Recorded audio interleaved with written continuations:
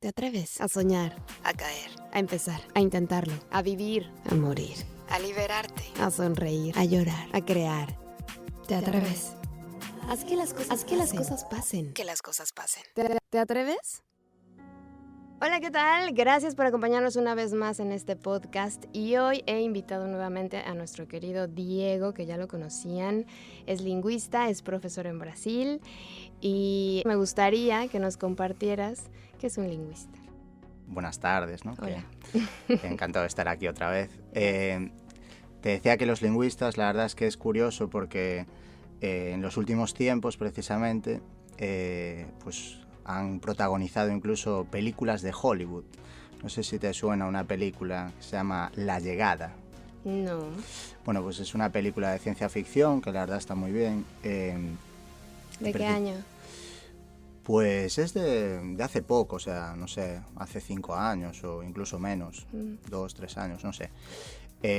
Y bueno, pues es de la llegada de unos extraterrestres que llegan al planeta Tierra e intentan comunicarse con los seres humanos y evidentemente no tienen un sistema de comunicación pues verbal como el nuestro, ¿no? Entonces, ¿qué hacen los servicios secretos de Estados Unidos en este caso? Como siempre. Pues contactar a una lingüista. Wow. Y bueno, pues es un poco... Bueno, una de las pocas veces en las que un Se lingüista reconoce el trabajo del lingüista, ¿no? Sí, que aparte es una mujer, ¿no? Que también tiene su mérito, ¿no? Porque por un lado visibilizaron a las mujeres e incluso a los lingüistas. Vamos, que ya es mucho. Yo creo que por eso no los conocía, porque nunca los habían puesto en una película. La voy a buscar. La Llegada se llama. Sí, La Llegada, está muy bien, ¿eh? La verdad es que a mí no sé si es porque me gustan estos temas, pero a mí me encantó la película. Vale, la vamos a buscar. Entonces cuéntanos, ¿qué es un lingüista? ¿Qué hace un lingüista en la sociedad actual? Bueno, a ver, la lingüística es una ciencia que estudia el lenguaje, ¿no? Como puedes deducir del propio nombre.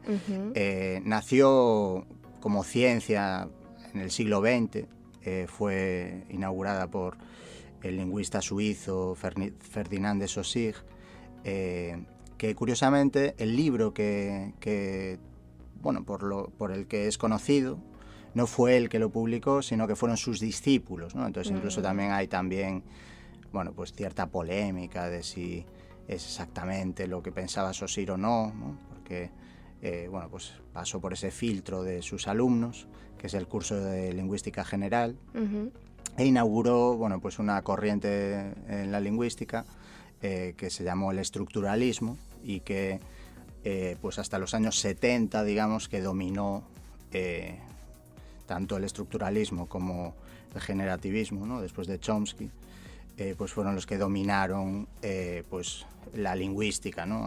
Hasta ya digo los años 70, en que aparece otra corriente que se llama variacionismo de Labov, que es, bueno, un poco con la que yo más me identifico, que es una lingüística más social, ¿no? Entonces, básicamente, bueno, los orígenes estarían ahí, ¿no? De todas formas, la lingüística, bueno, pues tiene muchas ramas, ¿no? El otro día hablábamos aquí de la onomástica, que era el estudio de los nombres propios, ¿no? Decíamos, y después de los apellidos, de la antroponimia y tal. Pero la lingüística tiene todo tipo de ramas, ¿no? Lo que estaba investigando es que no han podido como científicamente demostrar el origen del lenguaje, ¿no? No, de hecho, bueno, es uno de los grandes desafíos de la lingüística, precisamente, es intentar determinar en qué momento surgieron las lenguas. Es muy difícil, esto muchas veces ha sido en colaboración con la neurolingüística, ¿no? Con doctores especializados, ¿no? O paleontólogos también, ¿no? Arqueólogos, vamos. Hay diferentes disciplinas para intentar bueno, pues llegar a una conclusión en relación a esto, pero no, las cifras varían muchísimo, desde los 40.000 años a los 2 millones, ¿no? de años. Entonces, realmente no lo sabemos porque, claro, las lenguas, date cuenta que es una manifestación oral que hasta que fueron escritas, que pasaron muchos años, ¿no? Pues no había constancia de ellas, ¿no? No podemos tenerla. Lo único que se bueno, digamos que el debate está en si las primeras manifestaciones artísticas es lo que determinaría que hubiese ya un lenguaje, ¿no? Que yo entiendo que sí, ¿no? Entonces, bueno, ese es un poco el debate que existe, básicamente. Y además es una de nuestras características que se puede decir que nos diferencia más de los animales, ¿no? Que además de, bueno, no sé si sea verdad, pero estaba leyendo que el hueso hyoides fue así como que la clave también para que creáramos nosotros lenguaje. O sea que físicamente también estamos constituidos para desarrollar el lenguaje. Y lo interesante de viajar por el mundo es darte cuenta de que yo, por ejemplo, puedo decirte que yo no sabía que en España existían, además del español, otras lenguas. O sea, yo pensaba que en España era español y ya no sabía que existía catalán, euskera, gallego. O sea, es algo que me sorprende y además al escuchar, pues como que encuentras muchos grupos de palabras. Por ejemplo, en el gallego hay palabras que yo encuentro parecidas al francés, ¿no? O sea, como que las lenguas se han ido nutriendo de otras lenguas, ¿no? Se van conformando así los idiomas. Pero bueno, que es muy interesante siempre viajar y descubrir algo que vemos tan cotidiano, tan normal como hablar, ¿no? Ya no nos ponemos a pensar en este tema de dónde viene, cómo surgió, por qué es tan importante, cómo va evolucionando, porque me imagino que igual irá evolucionando, ¿no?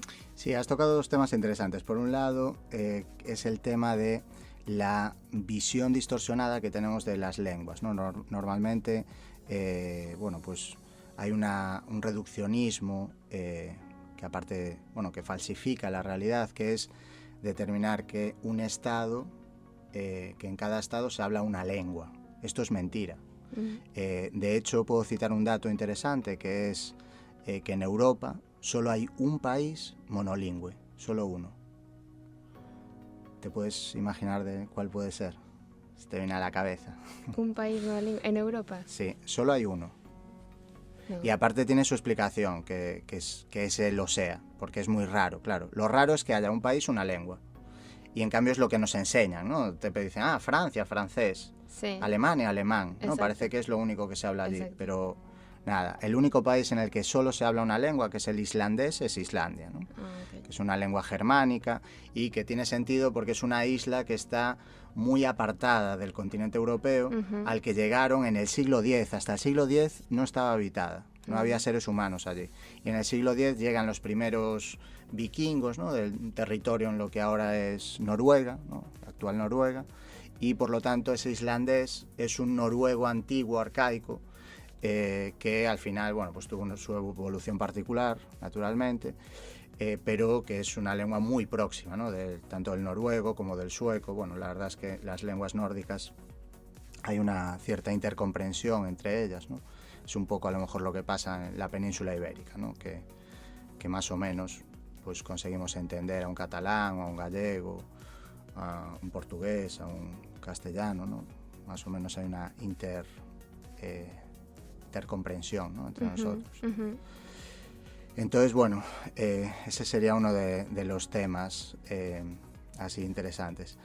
En relación al origen de las lenguas, claro, en nuestro caso es bastante fácil porque todas las lenguas de la península ibérica proceden del latín, todas excepto una, ¿no? Que es un caso muy conocido, que es el caso del vasco, y que es lo que se denomina como isla lingüística. Existen pocas islas lingüísticas en el mundo porque prácticamente todas las lenguas están emparentadas unas con otras, pero cuando hay una isla lingüística es porque esa lengua no tiene ningún pariente alrededor y no se sabe de dónde viene. Y es el caso del vasco, o es el caso, por ejemplo, del coreano, que mucha gente, bueno, pues por también desconocimiento, ignorancia, se creen que el japonés, el chino, el coreano, ¿no? Como que más o menos será una cosa como el francés, el alemán y el español, pero no. Sí, sí. Son lenguas de familias totalmente diferentes, de hecho.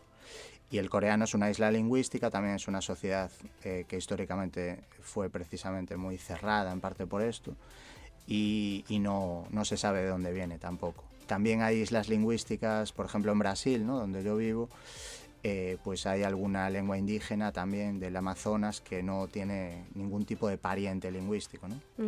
Entonces, bueno, pues es el caso del vasco, ya digo, que es una lengua interesante porque es la lengua, considerada la lengua más antigua de Europa.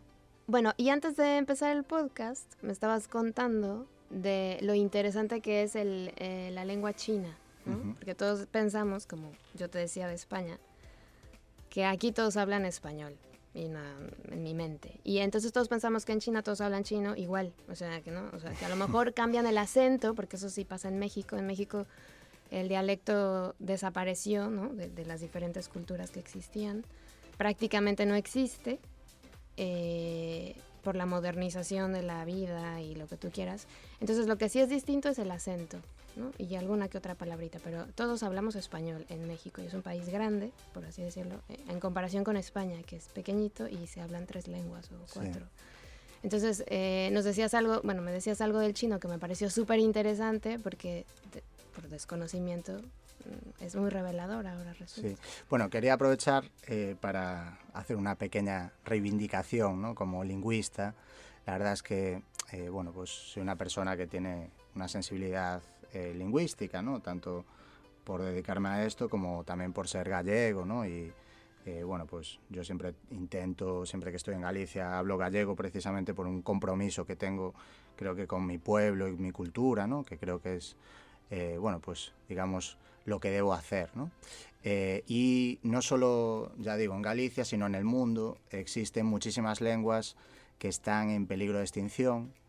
Y en el caso de México, precisamente, cuando estuve, la primera vez que estuve en América Latina, hace ya muchos años, la verdad, en el siglo pasado incluso puedo decir, me llamó muchísimo la atención. Yo en ese momento no había estudiado aún en la universidad ni nada, ¿no? Estaba en el instituto, pero me acuerdo que se me había acercado un niño, más pequeño que yo, a contarme una historia. Entonces me empezó a contar una leyenda allí local, ¿no?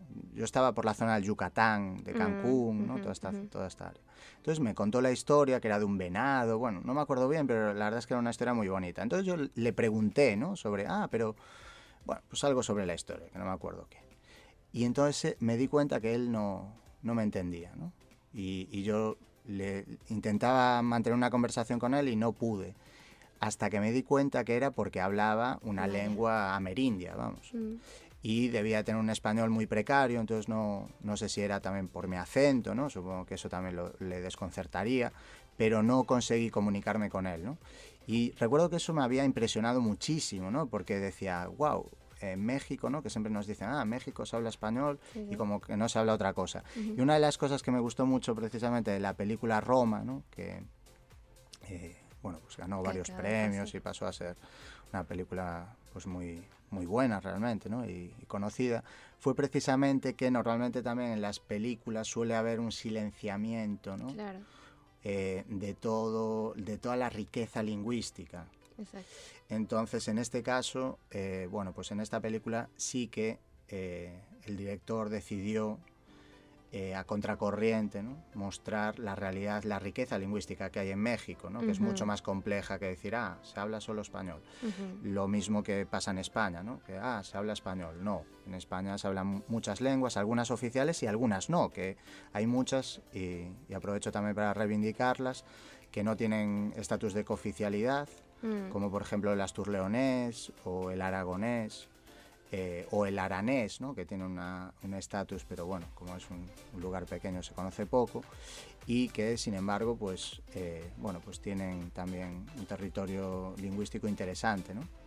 Pero lo quieren ya, ¿cómo decirlo? Bueno, aquí yo creo que se defiende bastante bien el gallego y defienden bastante bien estas lenguas que dices, ¿no? Sí, lo que pasa que, se ha perdido bastantes hablantes, ¿no? Desde que yo he vivido siempre aquí en la ciudad de Coruña y siempre, vas notando, ¿no? Ahora que vivo fuera además, cómo se va perdiendo muchísimos hablantes, porque antes pasó a ser la lengua más hablada en Galicia y ahora ya no lo es, ¿no? Entonces realmente es una pena porque no solo es una cuestión romántica, en el caso del gallego además es que realmente estamos perdiendo una riqueza en todos los sentidos, porque el gallego es una variedad de portugués y yo puedo dar fe de ello porque vivo en Brasil, y yo gracias al gallego pues he podido vivir en Lisboa, en Río de Janeiro, ahora que vivo en Minas Gerais, y bueno, pues tengo la suerte de ser trilingüe y hablar gallego-portugués en sus diferentes variantes, ¿no? Porque tanto hablo lusitano como brasileño como gallego, y castellano e inglés. Y yo creo que esa sería la apuesta inteligente que tendríamos que tener en Galicia para hacer que nuestros ciudadanos, ¿no? tuviesen una competencia lingüística muy superior al resto de la media, ¿no? Hay ejemplos de negación de la riqueza lingüística. El caso más conocido es el de Francia, a lo mejor, ¿no? Porque se hablan muchas lenguas y realmente pues allí se habla desde catalán, vasco, ¿no? En la parte sur, italiano en Córcega, ¿no? Que el corso es un tipo de italiano, se habla alemán en Alsacia, ¿no? Y todo eso, en vez de aprovecharse, se ha negado, ¿no? En cambio, en Suiza, por ejemplo, que es uno de los países pues más ricos y desarrollados del mundo, han hecho todo lo contrario, lo cual demuestra que si hay voluntad e inteligencia, ¿no? Que se puede gestionar la diversidad lingüística de una manera interesante, ¿no? Y creo que en Galicia no se han hecho muy bien las cosas y se podrían, aunque es verdad que hay otros territorios donde se han hecho peor, pero se podrían hacer bastante mejor, ¿no? Pero bueno, lo que yo admiro es que lo están defendiendo bien, porque en la escuela sí que les enseñan a hablar, bueno, al menos en las públicas, ¿no? Les enseñan a hablar gallego porque mi hija está ahí y los maestros saben que no es gallega, que sus padres no hablan gallego, pero le hablan en gallego, y me parece que está muy bien, porque en México, en ninguna escuela, o sea, me refiero en la ciudad, ¿no? Porque aquí estamos en una ciudad, en ninguna escuela en la ciudad te van a hablar náhuatl, que sería como el idioma más importante, ¿no? que se hablaba antes. Sí, la verdad es que desconozco cómo es la realidad sociolingüística en México. No sé si hay alguna lengua oficial aparte del español o no. Pues no. Alguna otra lengua oficial no. Que si vives en la ciudad y así como aquí, que es lo que yo te digo. O sea, aquí mi hija va en un colegio en la ciudad y hablan gallego y hablan español, ¿no? Entonces eso yo creo que es defender muy bien el gallego. En México no, a menos que te vayas a vivir a la sierra, ¿no? Ahí al despoblado, y tengas que caminar 3 kilómetros para llegar a la escuela. Ahí sí que te van a hablar el idioma de ahí, y además te van a agregar seguramente, me imagino, el español, ¿no? Claro. Como para que... Te lo preguntaba porque, por ejemplo, en Brasil, la verdad es que durante los años de Lula y de Dilma hubo una sensibilidad en relación a las lenguas, y hubo un reconocimiento por parte de las administraciones de esa diversidad lingüística. Y, por ejemplo, pues en concreto en Brasil se hablaban varias lenguas, algunas de migración europeas que pasaron de generación a generación y que aún se conservan, como por ejemplo el Talian, que es un tipo de véneto, que es una lengua hablada en el norte de Italia, ¿no? En la ciudad de Venecia y bueno, por esa área. O por ejemplo el bergamasco, ¿no? Que también es del norte, ¿no? De la zona de Lombardía. Bueno, pues son lenguas que adquirieron en varios municipios de Brasil donde se conservaban, pues fueron protegidas y enseñadas en la escuela, ¿no? Y se conservan. La verdad es que, bueno, pues en ese sentido es interesante. Yo siempre digo que muchas veces hay poca inteligencia en relación a las lenguas, porque la gente no se da cuenta que, por ejemplo, pues estos municipios, ¿no? Hay municipios, ya digo, en Brasil, en los que hubo mucha emigración, por ejemplo, alemana también, ¿no? Del norte de Alemania, de la zona de lo que es la antigua Pomerania, ¿no? Que es una región que ha quedado pues dividida entre Polonia y Alemania, ¿no? Entonces la lengua, el pomerano, se conserva en Brasil. Es increíble porque en Europa está casi desaparecido y donde se conserva es en Brasil. Bueno, pues hay muchos municipios que vieron en esto un polo de atracción, bueno, pues eran municipios que a lo mejor no tenían pues otros atractivos como playas o grandes museos, ¿no? O grandes monumentos. ¿Qué hicieron? Bueno, pues aprovecharon esta riqueza lingüística, promocionaron bueno, pues esa diversidad que había cultural, y muchos turistas, atrayeron a muchos turistas, para conocer pues esta lengua germánica, ¿no? Allí en el corazón de Brasil, que la verdad es que llama la atención. Entonces, pues entre palmeras y bueno, pues cultura pues amerindia y afro-brasileña, ¿no? Pues también hay una cultura germánica allí en el medio de la selva que ha atraído a mucha gente, y gracias a eso pues han convertido, ¿no?, esa riqueza lingüística, como decía, en una riqueza real, claro, monetaria, ¿no? Atrayendo turistas, atrayendo gente pues que le interesaba ver esa realidad, ¿no?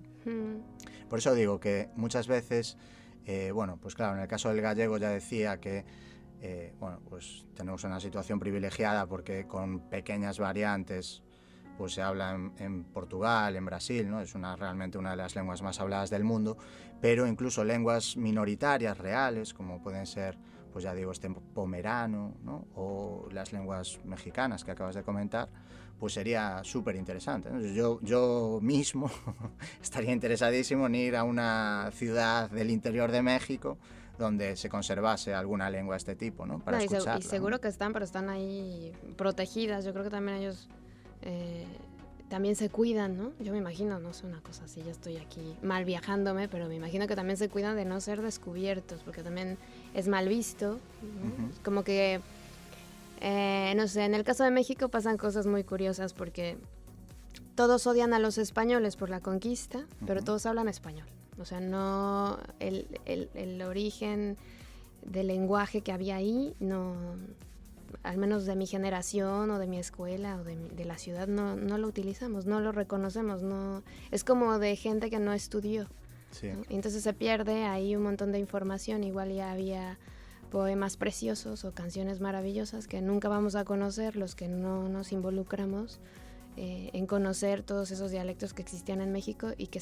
sí que existen, pero quedan pocos, y que hay gente que los defiende y los quiere defender, pero es mucho más grande el mundo de los negocios, ¿no?, que los aplasta, y que es mejor aprender inglés que aprender nuestras lenguas originarias. Sí, que conste que creo que hoy, ¿no?, realmente siempre se hace un poco, ¿no?, esa comparación, mejor el inglés que a lo mejor una lengua pues minoritaria, tal. Yo creo que es que no tiene que enfocarse por ahí el discurso, sino que el inglés es necesario, pero es que lo otro también, ¿no? Entonces es un poco reivindicar el plurilingüismo, que realmente hoy es, por ejemplo, a lo mejor en México no se nota tanto, pero en Europa, como somos países tan pequeños y tantas lenguas, ¿no?, una Babel aquí en un territorio tan diminuto, ¿no?, pues realmente sí que ves la necesidad de aprender muchas lenguas. Y hoy, si te vas a Holanda o a Bélgica, yo qué sé, pues normalmente la gente bueno, pues sabe muchísimas lenguas. Precisamente en el departamento donde yo trabajaba en Visosa, había un profesor belga, que le mando un saludo desde aquí, ya le pasaré el podcast, Antonio, ¿no?, que su madre era de origen, era belga, ¿no?, y hablaba, en este caso, holandés.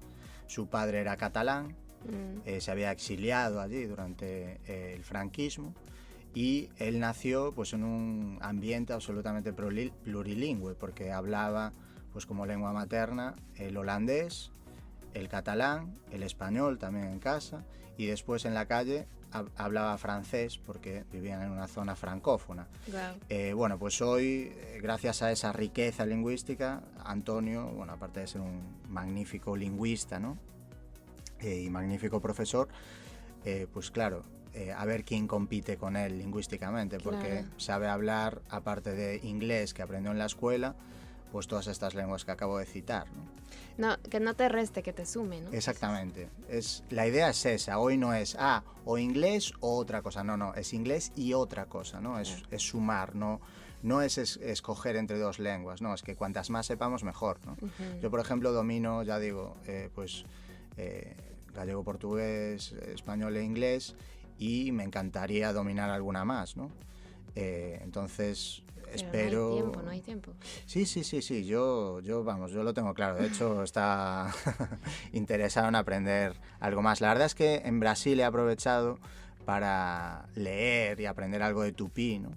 Entonces algo sé, pero bueno, no, mi pretensión ahí en ese caso no es aprender a hablarlo, sino tener unas nociones, ¿no? Porque a mí, como me gusta todo esto de las lenguas y tal, bueno, pues conocer un poco cómo funciona, ¿no? Y un poco... ¿Y yo podría inventar mi propio lenguaje? O sea, si yo, pon tú que yo tengo 20 Sí. hijos. Yo mañana ya 19 hijos, ya tengo 20. Y entonces me los llevo a una aldea porque soy rica, ¿no? Nos vamos al monte y yo les digo, miren, este es el lenguaje con el que nos vamos a comunicar entre nosotros. Y entonces yo construyo mi vida, ¿no? Con esa imaginación. Porque es que me imagino que, bueno, valga la redundancia, me imagino que a alguien se le ocurrió este alfabeto y con este nos vamos todos y ya está, ¿no? A ver, no es que puedas crear tu propio lenguaje. El lenguaje es una creación humana, entonces claro que puedes, pero es que hay gente, especialistas en inventarse idiomas. Supongo que conocerás Juego de Tronos, ¿no? No lo he escuchado, pero no lo he visto. La famosa serie. Bueno, pues, Desde que soy mamá no veo tele, no veo cine, nada. bueno, pues la famosa serie Juego de Tronos, o por ejemplo, también es conocido pues, en Star Wars, ¿no? O en El Señor de los Anillos. Bueno, pues hay otras lenguas que son invenciones de personas concretas. Y hay incluso especialistas que se dedican a esto.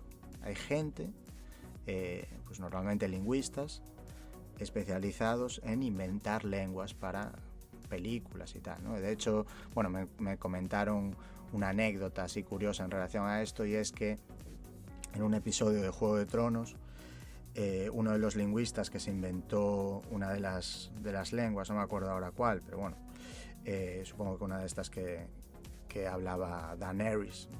Que es una de las protagonistas, bueno, pues fue a ver uno de los episodios al estreno y detectó un error lingüístico, ¿no? Era una lengua que se había inventado él. Wow. Entonces fue allí a discutir con los productores y le dijeron, no, pero mira, es que tú nos habías dicho que aquí había una excepción, ¿no? en la gramática y tal. Wow. Y él dijo, ostras, es verdad, me había olvidado. Sí, está bien.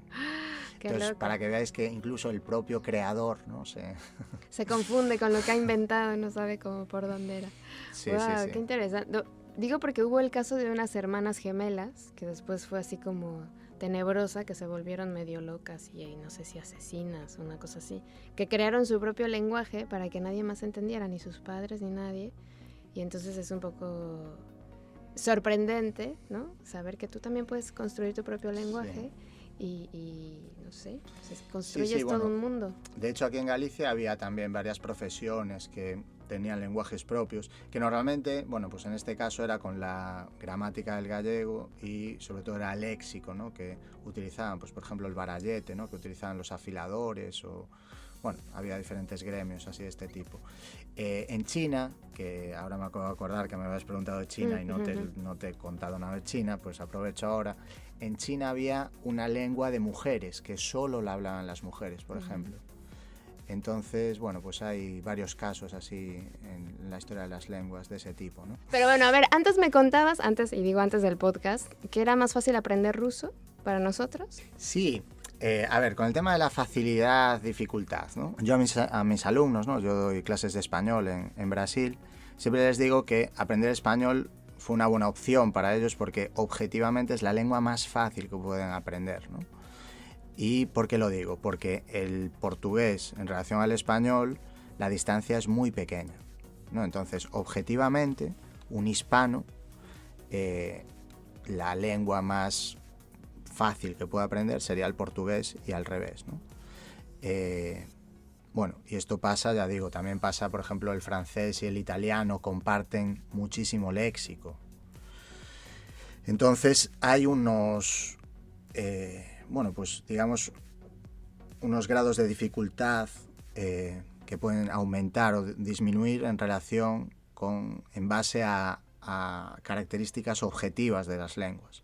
Entonces, como todas las lenguas de Europa, ya decía antes que vienen del indoeuropeo, ¿no? Excepto el vasco y la familia fino-úgrica, ¿no? Que es el finlandés, el estonio y el húngaro, ¿no? Que esas 3 lenguas serían objetivamente las más difíciles que podríamos aprender de las lenguas europeas, y el vasco, pues el resto son lenguas que en principio no serían tan difíciles para pues alguien que parte, pues, por ejemplo, del español o del gallego o del italiano, ¿no?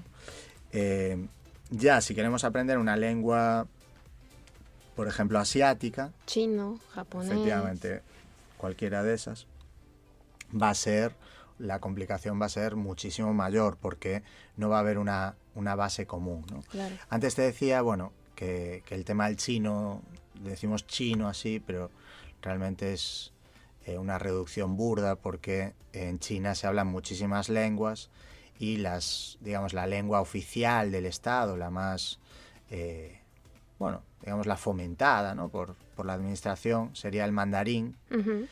Y la otra gran lengua que hay en China es el cantonés, que es más la lengua de los negocios, de la economía, ¿no? Uh-huh. Sobre todo porque se habla en el sudeste, ¿no? de China, y en esas zonas pues donde está, por ejemplo, Macao, ¿no? que es como Las Vegas, China, entonces hay varias empresas allí que te van a exigir conocimiento de cantonés también, entonces también por eso es una lengua pues que tiene su importancia, pero hay muchísimas otras, ¿no? Y lo grandioso de los chinos es que por el sistema de escritura que tienen consiguen comunicarse a través de la lengua escrita, porque como utilizan logogramas, no están basados en la fonética, ¿no? Pues consigues todos los hablantes de diferentes lenguas, de familias totalmente diferentes y pues muy complicadas, consiguen leer un libro y entenderlo, porque los logogramas se corresponden, ¿no? Porque son como conceptos, ideas, ¿no? Es un poco... Que eso es súper impactante, o sea, que como decías, aunque ese logograma, sí, yo lo pronuncio de una manera distinta a la tuya, los dos lo vamos a poder comprender igual. Sí, por ejemplo los japoneses, porque la cultura china es una de las primeras culturas que empezaron a escribir, ¿no?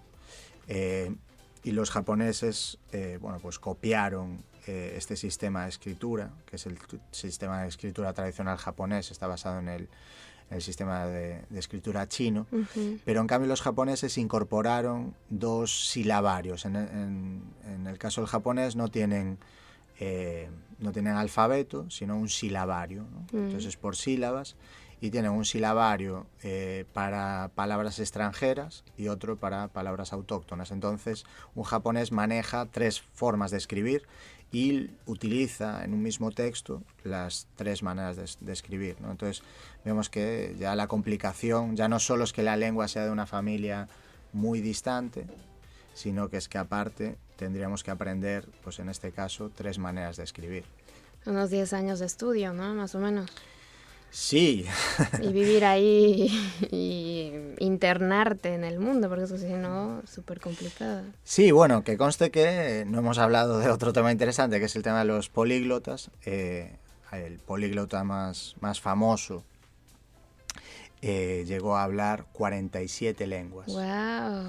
Sí, que era un neozelandés. Lo que pasa es que ahora no me acuerdo cómo se llamaba. ¿De qué año era? Bueno, es del siglo, de principios del siglo XX. No me acuerdo ahora del nombre, pero era un políglota, es el más conocido del mundo, era de Nueva Zelanda y hablaba 48 lenguas, entre ellas ponía que hablaba vasco. No sé, habría que verlo. No sé si habría alguna exageración o no, pero la verdad es que con que hablase 20 ya... Ya llegaba, pero 40. Sí. ¡Wow! ¡Qué impresionante! Entonces hay que dejar de estar en Facebook y ponernos a estudiar más, porque yo creo que perdemos mucho el tiempo en un montón de cosas, la verdad. Se nos va la vida, sí. Y es súper interesante, imagínate poder comunicarte, llegar a cualquier país y decir, yo ya sé hablar japonés, coreano, chino, ruso, o sea, es que eso, el cerebro da para eso y para más, pero nos limitamos, ¿no?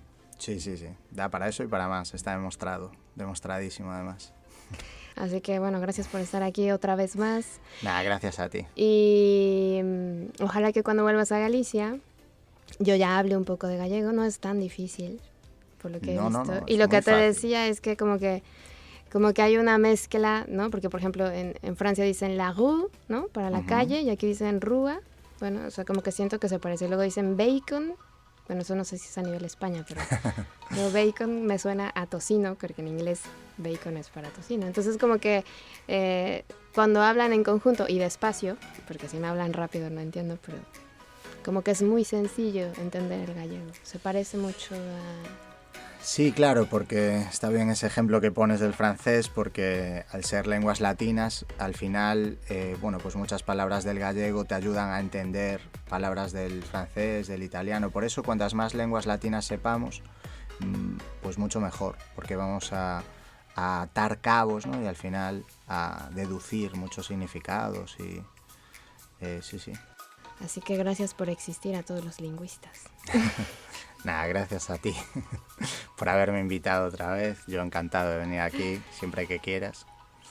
Y nada, ha sido un placer. Vale, pues buen viaje. Gracias. Hasta la próxima. Chao. Chao. ¿Te atreves? Haz que las cosas pasen. Que las cosas pasen. Que las cosas pasen. ¿Te atreves?